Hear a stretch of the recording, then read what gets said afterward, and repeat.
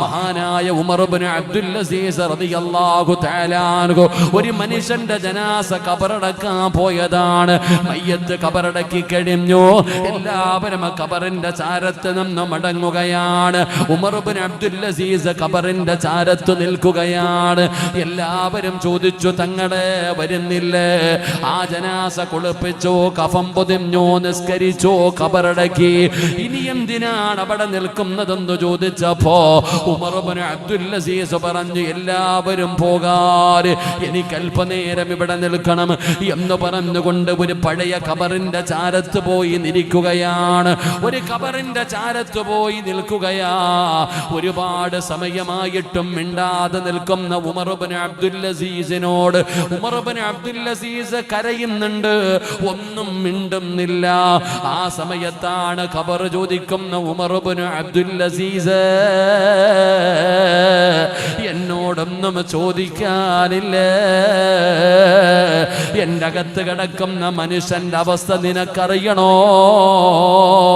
ഒരാളോട് പെരുമാറുന്നത് എങ്ങനെയാണെന്നറിയണോ? ഉമർ ഇബ്നു അബ്ദുൽ അസീസ് റളിയല്ലാഹു തആല അൻഹു അവിടുന്ന് ഖബറിനോട് ചോദിച്ചു, എങ്ങനെയാണ് നീ പെരുമാറുന്നത്? ഖബർ പറയുകയാ, മസഖത്തുൽ അക്ഫാർ വസദഖത്തുൽ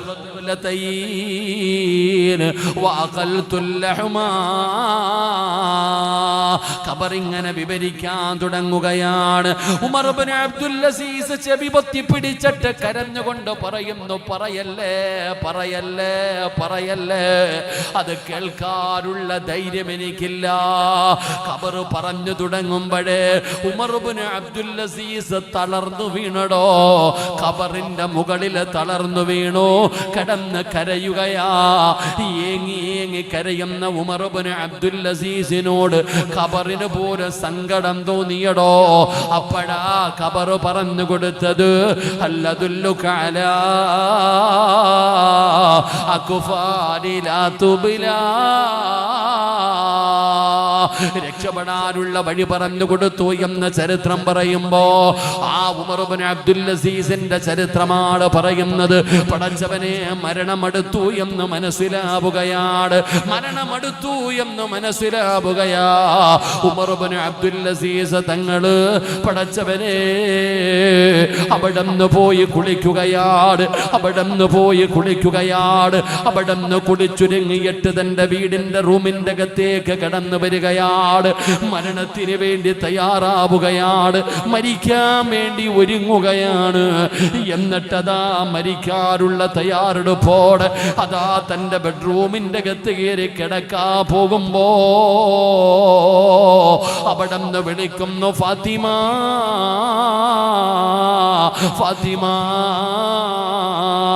തന്റെ പ്രിയപ്പെട്ട ഭാര്യയായ ഫാത്തിമയെ അടുത്ത് വിളിക്കുകയാണ്, ഇങ്ങടുത്തു വാ ഫാത്തിമ, ഇങ്ങടുത്തു വാ ഫാത്തിമ. തന്റെ പ്രിയപ്പെട്ട ഭാര്യ അടുത്ത് വിളിക്കുകയാണ്. എന്നിട്ട് ഉമർ ഇബ്നു അബ്ദുൽ അസീസ് പറഞ്ഞു, ഫാത്തിമ, എന്റെ മരണം അടുത്തിരിക്കുന്നു ഫാത്തിമ, ഞാൻ പോവുകയാണ് ഫാത്തിമ,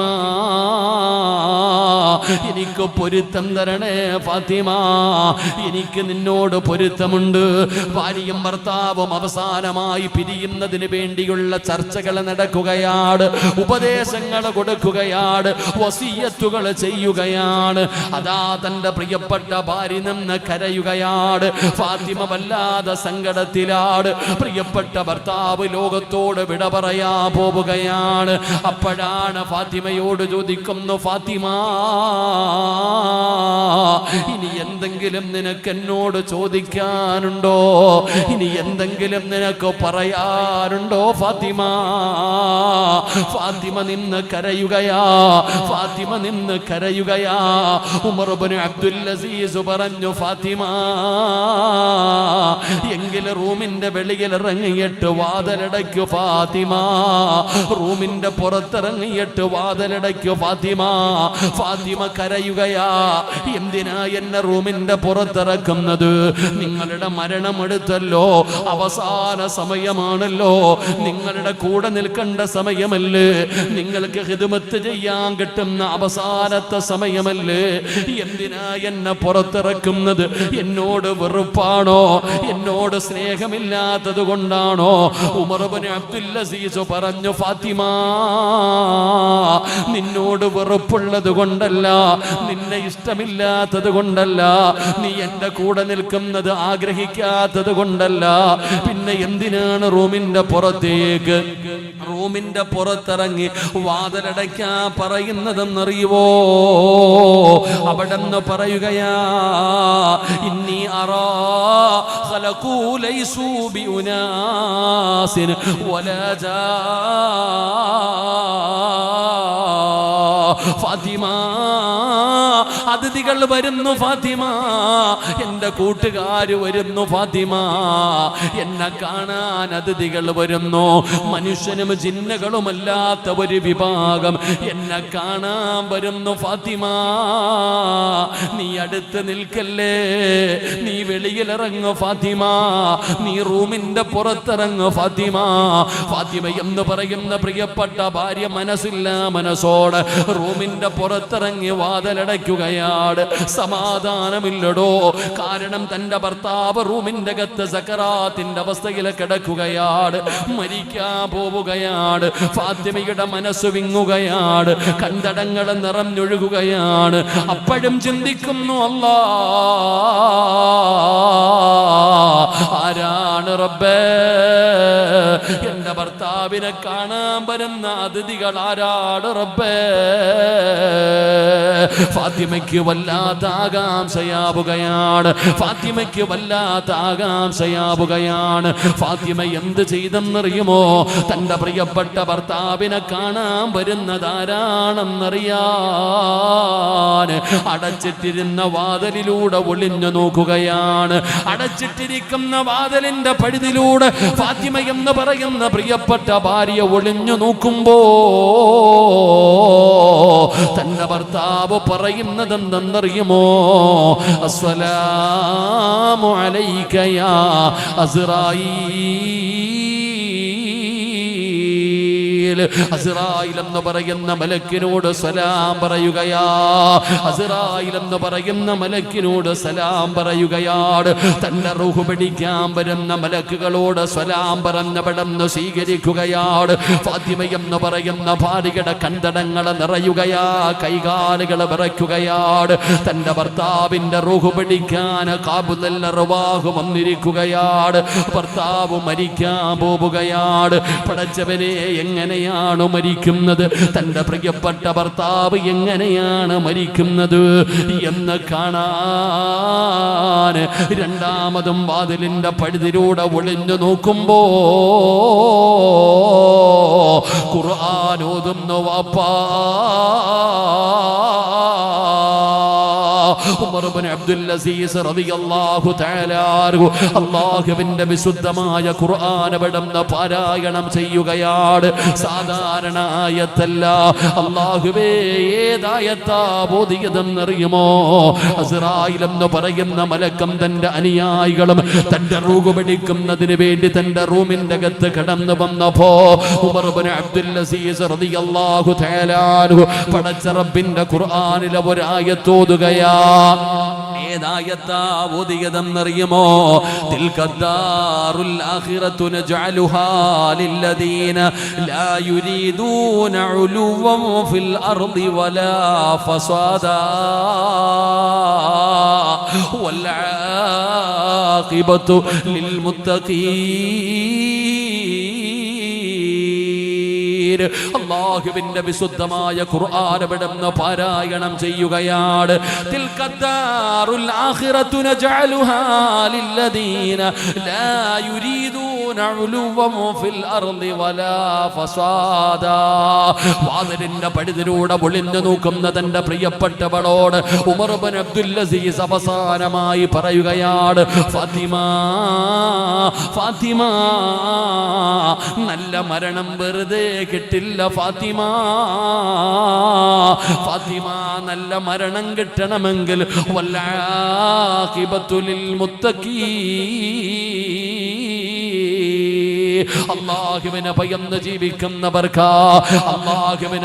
ജീവിക്കുന്നവർക്കാണ് പടച്ച റബ്ബ് നല്ല മരണം കൊടുക്കുന്നതെന്ന് വാതിലിന്റെ പടിതിലൂടെ ഒളിഞ്ഞു നോക്കുന്ന പ്രിയപ്പെട്ടവളോട് ഉമർ ഇബ്നു അബ്ദുൽ അസീസ് അവിടുന്ന് വിളിച്ചു പറയുകയാണ്, തന്റെ മുഖത്തേക്ക് തുണിയെടുത്തിടുകയാണ്.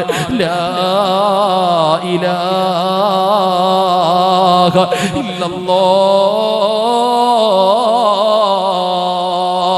ഷഹാദത്ത് കലിമ പറഞ്ഞ് പടച്ചവനെ അനക്കമില്ലടോ. റൂമിന്റെ അകത്ത് അനക്കമില്ല, തന്റെ ഭർത്താവ് മിണ്ടുന്നില്ല. ഫാത്തിമ എന്ന് പറയുന്ന ഭാര്യ വാതില് തുറന്ന് ഓടിച്ചെല്ലുമ്പോ സുബ്ഹാനല്ലാഹ്, എന്ത് സുഗന്ധമെന്നറിയുവോ? റൂമിന്റെ അകത്ത് വല്ലാത്ത സുഗന്ധമാണ്. തന്റെ പ്രിയപ്പെട്ട ഭർത്താവിന്റെ മുഖത്തിട്ടിരുന്ന തുണിയങ്ങു മാറ്റുമ്പോ എന്തൊരു പ്രകാശമാണല്ലാ, എന്തൊരു ചിരിയാ അല്ലാ. കാട്ടുതീ പടരുന്നത് പോലെ നാട്ടുകാര് മുഴുവനും അറിയുകയാണ്. എല്ലാവരും ഓടി വന്നടോ, എല്ലാവരും ഓടി വന്നടോ. കണ്ടവർ അത്ഭുതപ്പെടുകയാണ്. പടച്ചവനെ, വല്ലാത്ത മരണമായിരുന്നു, വല്ലാത്ത സുഗന്ധമായിരുന്നു. അവസാനം ഉമർ ഇബ്നു അബ്ദുൽ അസീസ് റളിയല്ലാഹു തആല അൻഹു മഹാനവറുകളുടെ ജനാസ അവിടുന്ന് കുളിപ്പിക്കുകയാ. അവിടുന്ന് കഫം പൊതിഞ്ഞു, പള്ളിയിൽ കൊണ്ടുപോയി നിസ്കാരം കഴിഞ്ഞു. ഉമർ ഇബ്നു അബ്ദുൽ അസീസ് റളിയല്ലാഹു തആല അൻഹുവിന്റെ ജനാസ അവിടുന്ന് ഖബറടക്കുകയാണ്. ഖബറടക്കി കഴിഞ്ഞപ്പോ അല്ലാഹുവേ, സാധാരണ ഖബറടക്കി കഴിഞ്ഞ ജനങ്ങൾ മടങ്ങി പോകുമല്ലോ. ഉമർ ഇബ്നു അബ്ദുൽ അസീസിന്റെ ജനാസ ഖബറടക്കി കഴിഞ്ഞപ്പോ ആരും പോകുന്നില്ലടോ. ജനങ്ങൾ അവിടെ നിൽക്കുകയാണ്. എല്ലാവരും പരസ്പരം ചർച്ച ചെയ്യുകയാണ്. എന്താണ് പറയുന്നതെന്നറിയുവോ? എന്തൊരു മരണമാണല്ലാ, വല്ലാത്ത മരണമാണ് റബ്ബേ. ഖുർആൻ ഓതിയിട്ടാ മരിച്ചത്, ശഹാദത്ത് കലിമ പറഞ്ഞിട്ടാണ് മരിച്ചത്. എല്ലാവരും പരസ്പരം അങ്ങോട്ടും ഇങ്ങോട്ടും പറയുകയാണ്. എല്ലാവരും കൂടെ ഒരു തീരുമാനമെടുത്തു. എങ്ങനെയാണ് ഇങ്ങനെ ഒരു മരണം അല്ലാഹു കൊടുത്തത്? ഉമർ ഇബ്നു അബ്ദുൽ അസീസിന്റെ വീട്ടിലേക്ക് മടങ്ങുകയാണ്. ജനാസ കൊണ്ടുവന്ന വീട്ടിലേക്ക് ജനങ്ങൾ മുഴുവനും മടങ്ങുകയാണ്. എല്ലാവരും ഉമർ ഇബ്നു അബ്ദുൽ അസീസ് തങ്ങളുടെ വീടിന്റെ മുറ്റത്ത് ചെന്നു. എന്നിട്ട് വിളിക്കുന്നു, ഫാത്തിമ, സങ്കടപ്പെടുത്താമെന്നതല്ല, നീ ഭർത്താവ് മരിച്ചതിന്റെ വേദനയിലാണെന്ന് ഞങ്ങൾക്കറിയാ ഫാത്തിമ. നീ ഇരിക്കുകയാണെന്ന് ഞങ്ങൾക്കറിയാ ഫാത്തിമ.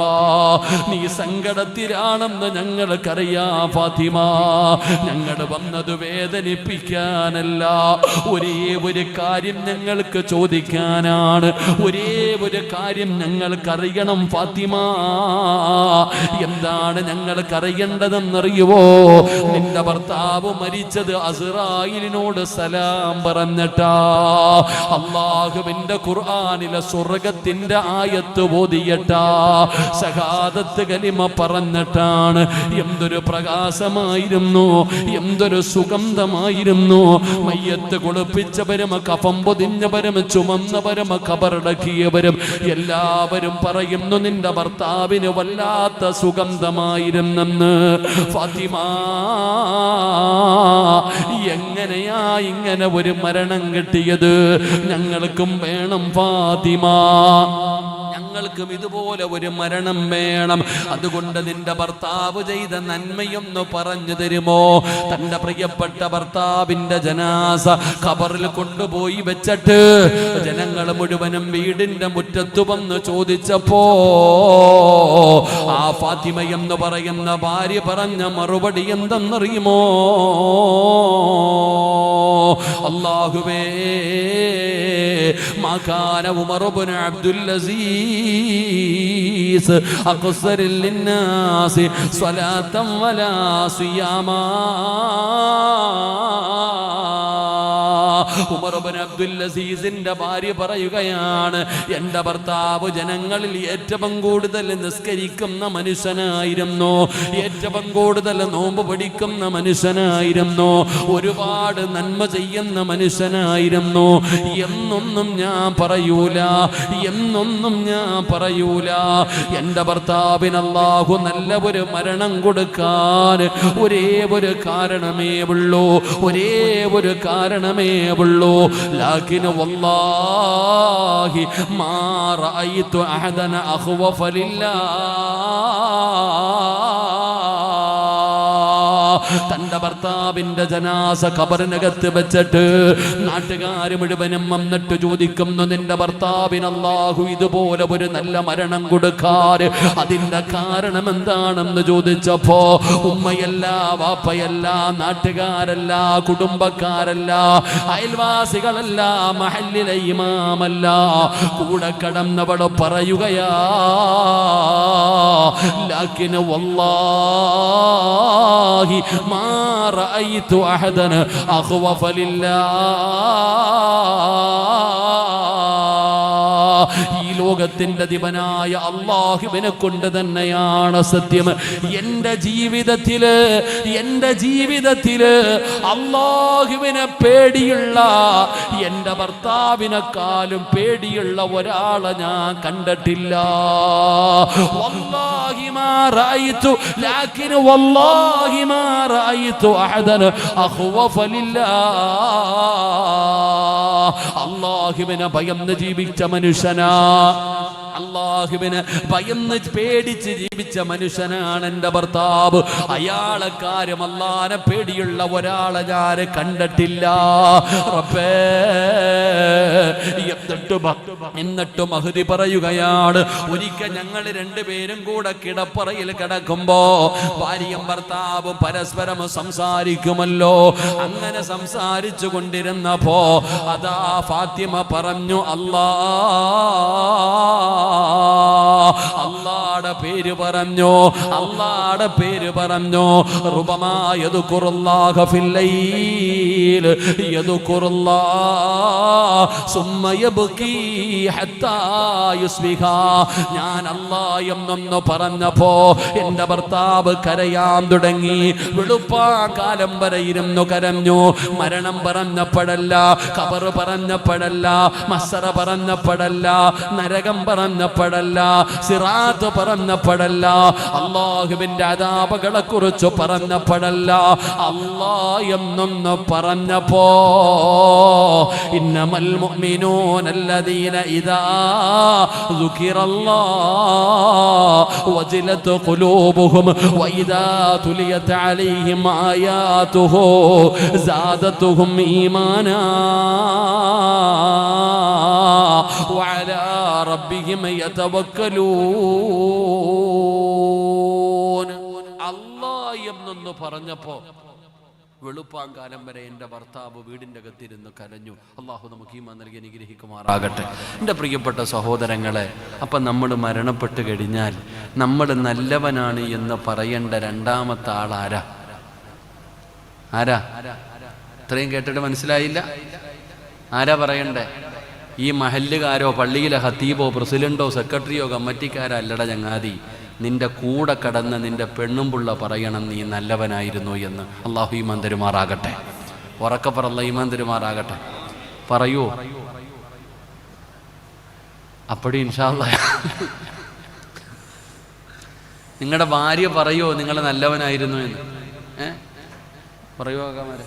സ്റ്റേജിലൊക്കെ ഒരുപാട് പേര് ഇരിക്കുന്നുണ്ട്. സ്വന്തം ചിന്തിക്കുക. പറയോ? ഓളി ലോകത്തുള്ള ആരെക്കുറിച്ച് വേണമെങ്കിലും നല്ലതെന്ന് പറയും. നമ്മുടെ യഥാർത്ഥ സ്വഭാവം എന്താണെന്ന് ഓക്കറിയാം, ഓള് പറയൂലടോ. അള്ളാഹു നോക്കി ഈമാൻ നൽകുമാറാകട്ടെ. അല്ലെങ്കിൽ രാത്രി വീട്ടിൽ പോയിട്ട് കിടന്നുറങ്ങാൻ പോകുമ്പോൾ ചുമ്മാതെ ഭാര്യയുടെ മുഖത്തിങ്ങനെ നോക്കിയിരിക്കണം. എന്തോ എന്നെ ഇങ്ങനെ നോക്കണേ? ഇല്ലടി ആമിന, സിറാജ് പറഞ്ഞത് കേട്ടില്ലേ, ഞാൻ മരിച്ചാൽ നീ പറയൂടി ഞാൻ നല്ലവനാണെന്ന്. പിന്നെ നിങ്ങളുടെ സ്വഭാവം എന്താന്ന് അയാൾക്കറിയില്ലല്ലോ. എൻ്റെ യഥാർത്ഥ സ്വഭാവം എന്താന്ന് എൻ്റെ പൊന്നാര ചങ്ങാതി, നമ്മുടെ ഭാര്യമാര് പറയണം നമ്മൾ നല്ലവനാണെന്ന്. പറയോ? എങ്ങനെ പറയാനാ? നാട്ടുകാരുടെ മുമ്പിൽ വലിയ തങ്ങൾ മഹാനായിട്ടൊക്കെ നടക്കുക, വലിയ കതറൊക്കെ ഇട്ട് നമ്മളിങ്ങനെ നടക്കും. ഓളുടെ മുമ്പിൽ വില വേണോടോ. അള്ളാഹു നമുക്ക് ഈമാൻ നൽകുമാറാകട്ടെ. ചില ഭർത്താക്കന്മാർ പെണ്ണുങ്ങളോട് പറയും, ഉസ്താദന്മാരുടെ വയത് കേട്ടിട്ട് തിരിച്ചു പോകുമ്പോൾ പറയും, കേട്ടോടി ഉസ്താ പറഞ്ഞേട്ടോ, പറഞ്ഞേട്ടോ, നിനക്ക് സ്വർഗത്തിൽ പോകണമെങ്കിൽ എൻ്റെ പൊരുത്തം വേണം, നിനക്ക് സ്വർഗത്തിൽ പോകണമെങ്കിൽ. ഭർത്താവ് ഭാര്യയോട് പറയുന്നു, എൻ്റെ മൂക്കിൻ്റെ അകത്ത് നിന്ന് ചീഞ്ചല ഒഴുകി വന്നാൽ നീ അതുപോലെ തുടച്ചെടുക്കണം. ഭർത്താവ് ഭാര്യയോട് പറയുന്നു, അള്ളാഹു ആരുടെയെങ്കിലും മുമ്പിൽ സുജൂദ് ചെയ്യാൻ പറയുമായിരുന്നെങ്കിൽ ഭർത്താവിൻ്റെ മുമ്പിൽ ഭാര്യ സുജൂദ് ചെയ്യാൻ പറയുമായിരുന്നു. അത്രയ്ക്കും പവറാ എനിക്ക്, എൻ്റെ പൊരുത്തം ഉണ്ടെങ്കിലേ നിനക്ക് സ്വർഗത്തിൽ പോകാൻ പറ്റൂ എന്ന് ചില ഭർത്താക്കന്മാർ ഭാര്യമാരോട് പറയും. ഓനാണ് ഈ കഞ്ചാവ് അടിച്ച് കിടക്കുന്നവനാ, ഇവനാ വീട്ടിൽ പോയിട്ട് പറയുന്നത്. തൻ്റെ ഭാര്യയ്ക്ക് ചെലവിന് പോലും കൊടുക്കാത്തവനാ പോയി എന്തൊക്കെ പറയുന്നത്. അള്ളാഹു നമുക്ക് ഈമാൻ നൽകി അനുഗ്രഹിക്കുമാറാകട്ടെ. ഇവിടെ നമ്മുടെ ഭാര്യ പറയണം നമ്മൾ നല്ലവനാണെന്ന്. അങ്ങനെ പറയണമെങ്കിൽ നീ നല്ലവനായി ജീവിക്കണം. നീ നല്ലവനായി ജീവിച്ചാൽ നീ നാട്ടുകാരെ കൊണ്ട് പറയിപ്പിക്കണ്ട. ഈ മഹല്ലുകാർ മുഴുവനും നീ മഹാനാണെന്ന് പറഞ്ഞാൽ മഹാനാവത്തൊന്നും ഇല്ലടോ. ഞാനെപ്പോഴും പറയും, പള്ളിയിലെ ഉസ്താദിനെ കുറിച്ച് എല്ലാവരും നല്ലത് പറഞ്ഞാൽ അയാൾ യഥാർത്ഥ ഉസ്താദല്ലെന്നാണ് ഞാൻ പഠിച്ചിരിക്കണേ. അള്ളാഹു ഈമാൻ തരുമാറാകട്ടെ. ഇവിടുത്തെ ഇമാമാരപ്പ അള്ളാഹു ആഫിയത്തിനെ ദീർഘായുസ്സ് കൊടുക്കുമാറാകട്ടെ. ഞാനെപ്പോഴും ചിന്തിക്കാറുണ്ട്, ഒരു പള്ളിയിലെ ഉസ്താദിനെ കുറിച്ച് നാട്ടുകാർ മുഴുവനും നല്ലവനാണെന്ന് പറഞ്ഞാൽ അയാൾ യഥാർത്ഥ നല്ല ഉസ്താദല്ല. അങ്ങനെ പറയുമോ? ഒരിക്കലും പറയൂലടോ. ഉസ്താദ് ചില കാര്യങ്ങളൊക്കെ പറയേണ്ടത് വിളിച്ചു പറയുമ്പോൾ എതിർപ്പുണ്ടാകും. പറയേണ്ടത് യഥാർത്ഥ കാര്യങ്ങൾ, പരിശുദ്ധമായ ദീനിന്റെ കാര്യങ്ങൾ പറയുമ്പോൾ എതിർപ്പുണ്ടാകും. അള്ളാഹു ഒരുപാട് 13 വർഷമൊക്കെ ഒരു പള്ളി ജോലി ചെയ്യണമെങ്കിൽ അള്ളാഹു നാട്ടുകാർ നല്ലവരാ, തരുമാറാകട്ടെ. 13 വർഷമായിട്ട് ഉസ്താദ് ഇവിടെ ജോലി ചെയ്യണമെങ്കിൽ അൽഹംദുലില്ലാ, നല്ല കാര്യം. അള്ളാഹു ഖൈറാകുന്ന കാലം വരെ ഖിദ്മത്ത് ചെയ്യാൻ അള്ളാഹു ഭാഗ്യം കൊടുക്കുമാറാകട്ടെ. എൻ്റെ പ്രിയപ്പെട്ടവരെ, ഒരു മാസം ഇരിക്കത്തില്ലല്ലോ. ഒരു മാസം പള്ളിയിലൊക്കെ നിങ്ങൾക്ക് അറിയാഞ്ഞിട്ടാണോ? ഓരോ പള്ളികളിൽ ഖത്തീബാകണമെങ്കിൽ ഇന്ന് വലിയ ടെസ്റ്റുകൾ നടത്തുന്ന കാലമാണ്. വലിയ ടെസ്റ്റുകൾ. ഉസ്താദ് ഒന്ന് വന്ന് പ്രസംഗിക്കണം, ഉസ്താദ് ഒന്ന് ഇമാമത്ത് നിൽക്കണം, എന്നിട്ട് കൊള്ളാവുന്നെങ്കിൽ മാത്രം ആരെ കമ്മിറ്റിക്കാരിങ്ങനെ പുറകെ വന്ന് നിൽക്കും. ഉസ്താദിൻ്റെ ഖിറാഅത്ത് നോക്കാൻ, ഉസ്താദിൻ്റെ ഓത്ത് ശരിയാണോ നോക്കാൻ, ഉസ്താദിൻ്റെ പ്രസംഗം കൊള്ളാവോ എന്ന് നോക്കാൻ. ഈ പുറകെ വന്ന് നിൽക്കുന്നവന് ഫാത്തിഹ പോലും നേരെ ഓതാൻ അറിയത്തില്ല. ഓനാ നോക്കണേ. അള്ളാഹിൻ്റെ പരിശുദ്ധമായ ഖുർആനിലെ ഫാത്തിഹ പോലും നേരെ ഓതാൻ അറിയില്ല. ഒരു ഫാത്തിഹയുടെ അർത്ഥം പോലും അറിയാത്ത ആളെ ഇമാമിനെ ടെസ്റ്റ് ചെയ്യുന്നത്. അള്ളാഹു കാത്തിരക്ഷിക്കുമാറാകട്ടെ. അള്ളാഹു ഖൈറാകുന്ന കാലം വരെ അള്ളാഹു ഖിദ്മത്ത് ചെയ്യാൻ അള്ളാഹു ഭാഗ്യം തരുമാറാകട്ടെ. ഞാൻ പഠിക്കുന്ന ഒരു കാര്യം, ഞാൻ പള്ളിയിലെ ഇമാം ആകരുതെന്ന് വിചാരിക്കുന്ന ആളാണ്. അത്രത്തോളം ത്യാഗമാടോ. പള്ളിയിൽ ഇമാമെന്ന് പറയാന്ന് പറഞ്ഞാൽ അത് വല്ലാത്ത കഷ്ടപ്പാട്, എന്തൊരു ബേജാറാണെന്നറിയും. അള്ളാഹു ആലം പടച്ചോനെ, അള്ളാഹു നമ്മുടെയൊക്കെ ഖിദ്മത്തുകൾ അള്ളാഹു കബൂലാക്കുമാറാകട്ടെ. അപ്പം ഞാൻ പറഞ്ഞു വന്നത്, നാട്ടുകാർ നല്ലവൻ എന്ന് പറയാം, ഓൻ അറിയാത്ത കൊണ്ടാണ്. നിന്റെ യഥാർത്ഥ സ്വഭാവം നിന്റെ കൂടെ കിടക്കുന്നവൾക്കറിയാം. അപ്പോൾ ആ ഭാര്യ നല്ലത് പറയണമെങ്കിൽ അവൾക്ക് വേണ്ടതെല്ലാം നമ്മൾ ചെയ്തു കൊടുക്കണം, വേണ്ടതൊക്കെ വാങ്ങിച്ചു കൊടുക്കണം, അവളെ സന്തോഷിപ്പിക്കണം. ഭാര്യയ്ക്ക് വസ്ത്രം വാങ്ങിച്ചു കൊടുക്കണം, ഭക്ഷണം വാങ്ങിച്ചു കൊടുക്കണം, അവളുടെ ആഗ്രഹങ്ങൾ സാധിപ്പിച്ചു കൊടുക്കണം, അവളെ കറങ്ങാൻ പുറത്തു കൊണ്ടുപോകണം, എല്ലാ കാര്യങ്ങളും ചെയ്തു കൊടുക്കണം. ഇതങ്ങനൊന്നുമല്ല. ഇതാ പറഞ്ഞ നബിതങ്ങളുടെ കാലത്ത് മഹദിയായ ഹിന്ദ് റളിയല്ലാഹു തആല, നമുക്ക് ബോറടിക്കുന്നുണ്ടോ? ഞാൻ ഇരുന്നോട്ടെപ്പാ, ഇരുന്നോട്ടെ. എന്തോ ചെറുതായിട്ട് എൻ്റെ ഗുളികയുടെ പവർ കഴിഞ്ഞിട്ട് ഇരുന്നോട്ടെ, വിരോധമൊന്നും ഇല്ലല്ലോ. ഇരുന്ന് ഒരു 3 സ്വലാത്ത് പറഞ്ഞ സ്വല്ലല്ലാഹു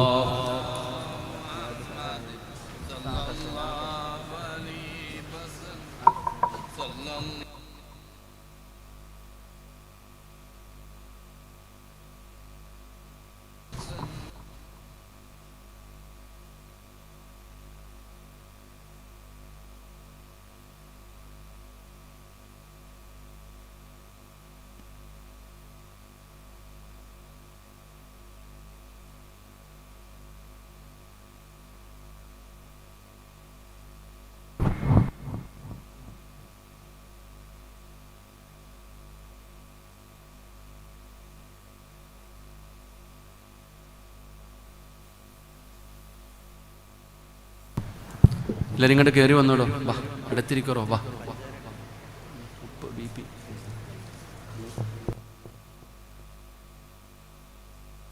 എടുത്തിട്ടോ, കസേര എടുത്തിട്ടോ, എല്ലാവരും കയറിയിരിക്കണോ, വാ. കസേര എടുത്ത് ഇങ്ങോട്ട് കയറിയിരിക്കും. ഇനി കൊറോണ ഒന്നും ഇല്ലടോ, വാ. ഞാൻ നിർത്താം പെട്ടെന്നോ. കസേര എടുത്തിട്ട് വേണം മക്കളെ, ചെയർ എടുത്തിട്ട് വാ. കയറി കസേര എടുത്തിട്ട് വരും. അൽഹംദുലില്ലാ. മസിൽ പിടിച്ചിരിക്കാതെ വാചങ്ങാതി അവിടെ ഇരുന്നാൽ കാര്യമൊന്നുമില്ല. ഇങ്ങോട്ട് കയറി ഇരുന്ന ചന്ദനം ചാരിയ ചന്ദനം വേണം. എഴുന്നേക്ക് ചെറുപ്പക്കാരൊക്കെ എഴുന്നേക്ക്, എല്ലാവരും എഴുന്നേറ്റ്. അൽഹംദുലില്ലാ. ഒരു 3 സ്വലാത്ത് പറ, അല്ലാഹ് ഈമാൻ കൊടുക്കട്ടെ. പറ സ്വല്ലല്ലാഹു അലാ മുഹമ്മദ്.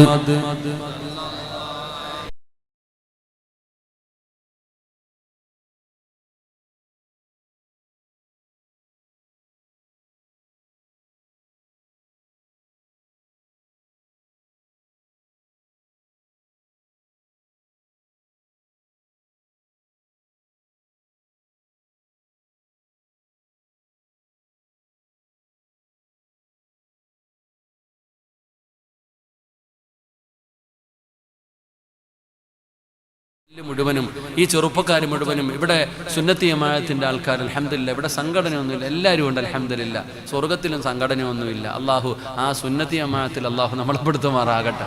അവിടെ സംഘടനയൊന്നുമില്ലടോ അൽഹംദുലില്ലാ. അവിടെ ഫരീഖും ഫിൽ ജന്ന അൽഹംദുലില്ലാ. ആ ഒരു നല്ല രീതിയിൽ നമ്മൾ ജീവിച്ച എല്ലാവരെയും ബഹുമാനിക്കണം, ആദരിക്കണം. ഉസ്താദന്മാരാ, ആലിമീങ്ങളാ, നിങ്ങൾ പരസ്പരം അങ്ങോട്ടും ഇങ്ങോട്ടും പറഞ്ഞിട്ട് നിങ്ങളുടെ ആക്കിബത്ത് മോശമാക്കി കളയരുത്. അള്ളാഹു കാത്തിരക്ഷിക്കുമാറാകട്ടെ.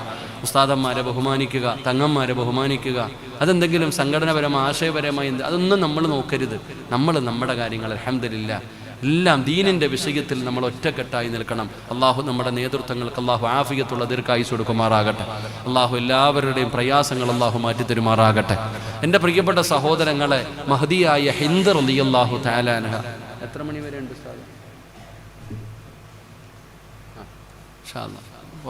10:40 ഒരു 10-15 മിനിറ്റ് ഇരിക്കൂലേ?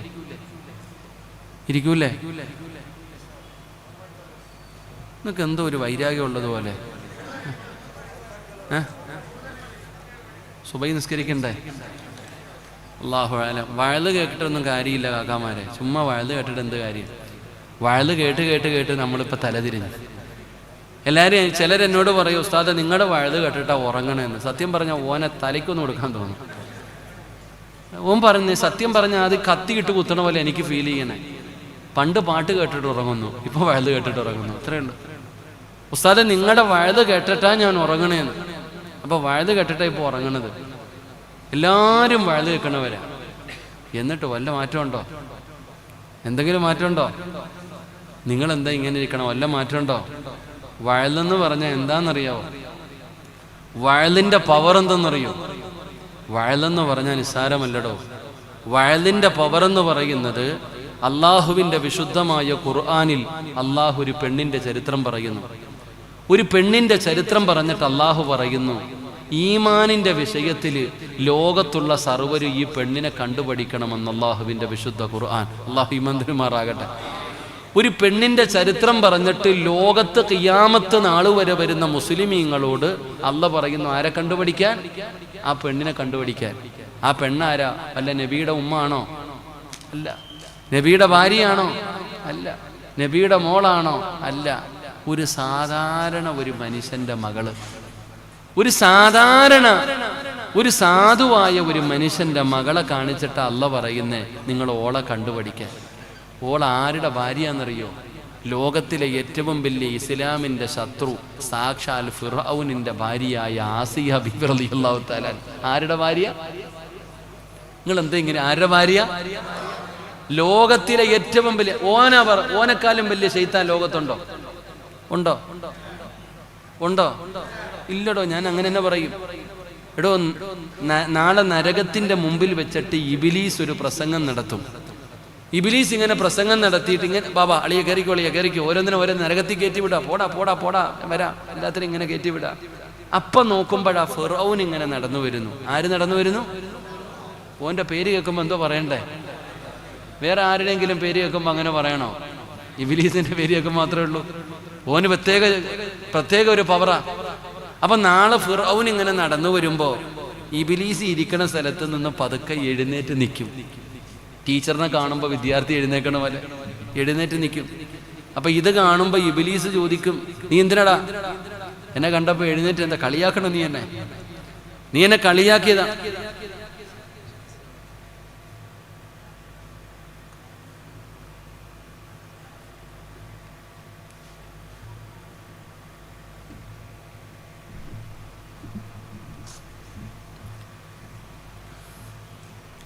നീ എന്താ എന്നെ കളിയാക്കിയതാണോ? എന്നെ പിഴപ്പിച്ചത് നീയാടാ. ഫിറൗൻ ഇബ്ലീസിനോട് പറയാ, എന്നെ നശിപ്പിച്ച നീ ഒറ്റ ഒരുത്തനാ, നീ ഒറ്റ ഒരുത്തൻ കാരണം ഞാൻ ഈ അവസ്ഥയിലെത്തിയെ. ഇന്ന് എന്നെ കാണുമ്പോ നീ കളിയാക്കുന്നോ? അപ്പൊ ഫിറൗൻ പറയും, ഈ നരകത്തീ കിടക്കുന്ന ജനങ്ങളെ മുഴുവനും പിഴപ്പിച്ചതാരാ? ഞാനാ. നിന്നെയും പിഴപ്പിച്ചതാരാ? ഞാനാ. പക്ഷെ നീ അവരെ പോലെ ഒന്നുമല്ല, നീ അവരെ പോലെ ഒന്നുമല്ല, നീ ഇത്തിരി കൂടെ മുകളില. കാരണം എന്തേ? ഇബ്ലീസ് ആരോടെങ്കിലും പറഞ്ഞിട്ടുണ്ടോ ഞാനാ അല്ലാന്ന് പറഞ്ഞിട്ടുണ്ടോ? നിങ്ങൾ എന്തോ ഇങ്ങനെ ഇരിക്കണം, ഉള്ളത് പറ. സാക്ഷാൽ ഇബ്ലീസ് ആരോടെങ്കിലും പറഞ്ഞിട്ടുണ്ടോ ഈ ലോകത്തിന്റെ അധിപൻ ഞാനാന്ന് പറഞ്ഞിട്ടുണ്ടോ? പറഞ്ഞിട്ടുണ്ടോ? ഇല്ല. ഓനാണ് ആരെ പിഴപ്പിച്ചേ? എല്ലാരെയും പിഴപ്പിച്ചേ. പക്ഷെ ഈ ഫിറൗൻ എന്തു പറഞ്ഞു? ഞാനാ റബ്ബെന്ന്, അന റബ്ബുക്കുമുൽ അഅല, ഞാനാണ് റബ്ബെന്ന് ആര് പറഞ്ഞിട്ടുണ്ട്? അപ്പൊ ഇതിലെ ഏറ്റവും വലിയ ശൈത്താൻ ഏതാ? അല്ലാഹു ഈമാൻ തരുമാറാകട്ടെ. ഇവന്റെ ഭാര്യയാണ് ആര്? ഇവന്റെ ഭാര്യയാണ് ആര്? ആസിയ. ആസിയ ഒരിക്കൽ കുളിക്കാൻ പോയി. കുളിക്കാൻ പോകുമ്പോ ഗ്ലാമർ കണ്ടിട്ട് ഫിറൗൻ പറഞ്ഞു എനിക്ക് വേണമെന്ന്. അങ്ങനെ കെട്ടിയേ. ആസിയ ബീവിയുടെ ഗ്ലാമർ കണ്ടിട്ട് ആര് കെട്ടിയ? ഫിറൗൻ കെട്ടിയേ. അപ്പൊ ഞാൻ പറഞ്ഞത്, ഈ ആസിയ ജീവിതത്തിൽ ഒറ്റ വഴുത കേട്ടിട്ടുള്ളൂ. അല്ലാഹു ഈമാൻ തരുമാറാകട്ടെ. എത്ര വഴുത കേട്ടിട്ടുണ്ട്? ഒറ്റ പ്രഭാഷണം, ഒരേ ഒരു പ്രസംഗം, ഒരല്പനേരം നീണ്ടു നിൽക്കുന്ന ഒറ്റ പ്രസംഗം കേട്ടവളാണ് ആസിയ ബീബി റളിയല്ലാഹു തആല അൻഹ. നമ്മളോ മൊബൈല് നിറച്ചു വെച്ചിട്ടുണ്ട് ഇഷ്ടമുള്ള ഉസ്താദിന്റെ പ്രസംഗം, അതിനിടയിൽ പറക്കത്തിന് വേറെ ചിലതും കൂടെ ഉണ്ട്. അള്ളാഹു കാത്തിരക്ഷിക്കുമാറാകട്ടെ. എല്ലാണ്ട് നമ്മുടെ മൊബൈലിൽ ദുനിയാവുണ്ട്, ആഖിറമുണ്ട്, നരകമുണ്ട്, സ്വർഗമുണ്ട്. അള്ളാഹു കാത്തിരക്ഷിക്കുമാറാകട്ടെ. ആരുടെ പ്രസംഗമാകട്ടെ? മഹാനായ ഖലീമുല്ലാഹി മൂസാ നബി അലൈഹിസ്സലാം. മൂസാ നബി ഫിർഔനിന്റെ കൊട്ടാരത്തിൽ പോയി നിന്നിട്ട് മൂസാ നബിയും ഹാറൂൻ നബിയും കൂടെ അള്ളയാരാണെന്ന് ഫിർഔനിനോട് പറഞ്ഞു കൊടുക്കുന്ന പ്രസംഗമാണ് ആസിയ കേട്ടത്. ആസിയ നന്നായി, ഫിർഔൻ തലതിരിഞ്ഞു പോയി. അള്ളാഹു കാത്തിരക്ഷിക്കുമാറാകട്ടെ. അപ്പോൾ വഴുതെന്ന് പറഞ്ഞാൽ ഇതാ. അപ്പം നിങ്ങൾ ചോദിക്കുക, എൻ്റെ പൊന്നു സിറാജ്, നീയും വഴുതല്ലേ പറയുന്നേ? ഞാൻ വഴുത് പറയുന്നത് നിന്നെ നന്നാക്കാനാന്ന് ആരാ പറഞ്ഞേ? നിങ്ങളാരെങ്കിലും നന്നാക്കാനാണോ ഞാൻ വഴുത് പറയണത്? അതിനിപ്പോൾ കേരളത്തിൻ്റെ അങ്ങേ അറ്റത്തുനിന്ന് 10-650 കിലോമീറ്റർ ഓടി ഞാനിവിടെ വരേണ്ട കാര്യമുണ്ടോ? എടോ, ഞാൻ വഴുത് പറയുന്നത് എനിക്ക് നന്നാകാൻ വേണ്ടിയാ. അള്ളാഹു എന്നെ നന്നാക്കി തരുമാറാകട്ടെ. കരുണയില്ലാത്ത മനുഷ്യന്മാർ ഒരാമീൻ പറയടോ.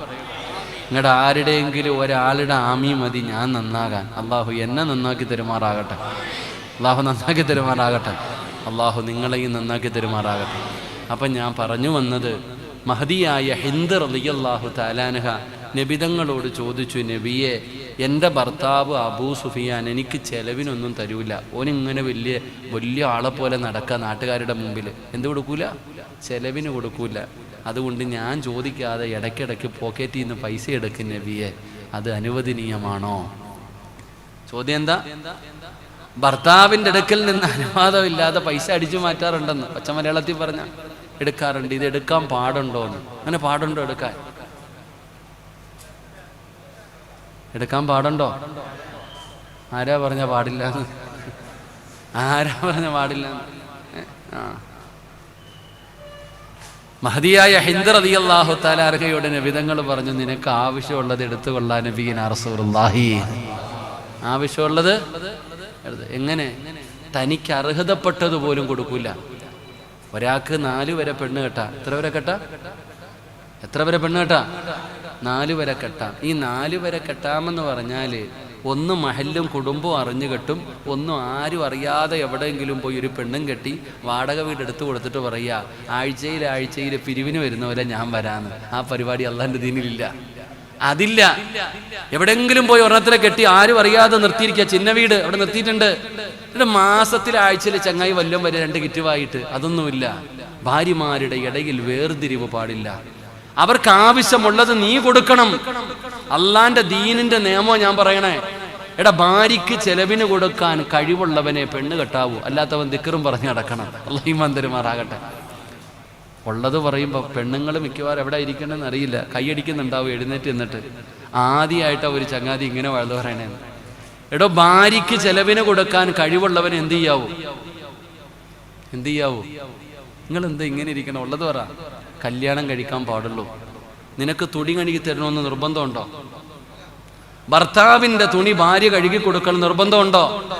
ഭർത്താവിന് ചോറ് വെച്ചു കൊടുക്കണം നിർബന്ധമുണ്ടോ? നിന്റെ മക്കളെ നോക്കണം നിർബന്ധമുണ്ടോ? നിന്റെ വാപ്പായ്ക്കും ഉമ്മായ്ക്കും വെച്ച് വിളമ്പി തരണമെന്ന് നിർബന്ധമുണ്ടോ? വീടടിച്ചു വാരണം, പരിസരം വൃത്തിയാക്കണമെന്ന് നിർബന്ധമുണ്ടോ? ഒരു നിർബന്ധവും ഇല്ല. നീ വേണമെങ്കിൽ ആളെ നിർത്തിയിട്ട് ചെയ്തു കൊടുക്കണം. അല്ലാഹു ഈമാൻ തരുമാറാകട്ടെ. ഇതൊക്കെ ചെയ്യാൻ ആളെ നിർത്തണം. എന്നിട്ട് നീ ഓളെ നേരെ കിടന്ന് ചാടാ.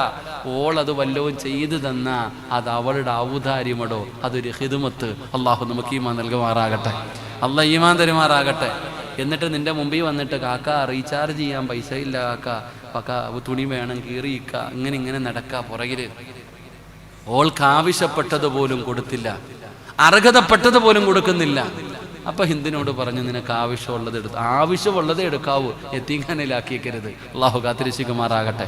നിങ്ങൾ എന്തിനാ പേടിക്കണേ? നിങ്ങൾ കൊടുക്കുന്നവരല്ലേ, അപ്പോൾ ഓൾ എടുക്കൂല. കൊടുക്കാത്തവനല്ലേ പേടിക്കേണ്ട കാര്യമുള്ളൂ. അപ്പൊ ഞാൻ പറഞ്ഞു വന്നത്, ആര് പറയണം നമ്മൾ നല്ലവനാണെന്ന്? ആര് പറയണം? നമ്മുടെ ഭാര്യ പറയണം. നബിതങ്ങളുടെ ഭാര്യയോട്, ആയിഷ ബീവിയോട് ചോദിച്ചു, നിന്റെ ഭർത്താവിൻ്റെ സ്വഭാവം എന്തായിരുന്നു? ഖാന ഖുലുഖുഹു ഖുർആൻ, എൻ്റെ ഭർത്താവ് ഖുർആനായിരുന്നു എന്ന് മഹദിയായ ആയിഷ ബീവി റളിയല്ലാഹു തആല. അള്ളാഹു നമുക്ക് ഈമാൻ നൽകുമാറാകട്ടെ. അപ്പം അതുകൊണ്ട് നല്ല ഭർത്താവായി, മാതൃകപരമായിട്ടുള്ളൊരു ഭർത്താവായി ജീവിക്ക്. നിന്റെ ഭാര്യ പറയണം, എൻ്റെ ഇക്കച്ചി നല്ലതാ. ഇക്കാന്നല്ലേ വിളിക്കുക? അവിടെ ഭർത്താവിന് എന്താ വിളിക്കുക? മാപ്പിളയോ? അല്ലാഹു അടച്ചാൻ ഇതിലൊക്കെ ആവട്ടെ, ചീത്ത വിളിക്കാതിരുന്നാൽ മതിയായിരുന്നു. ഇക്ക അല്ലേ?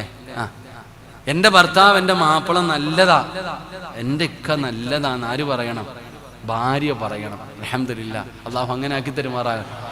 അള്ളാഹു നമ്മുടെ ജീവിതത്തിൽ ബർക്കത്ത് ചെയ്യുമാറാകട്ടെ. അള്ളാഹു നമ്മുടെ കുടുംബ ജീവിതത്തിൽ ബർക്കത്ത് ചെയ്യുമാറാകട്ടെ. അള്ളാഹു സ്വർഗത്തിലും നമ്മളെ ജോഡികളാക്കി തരുമാറാകട്ടെ.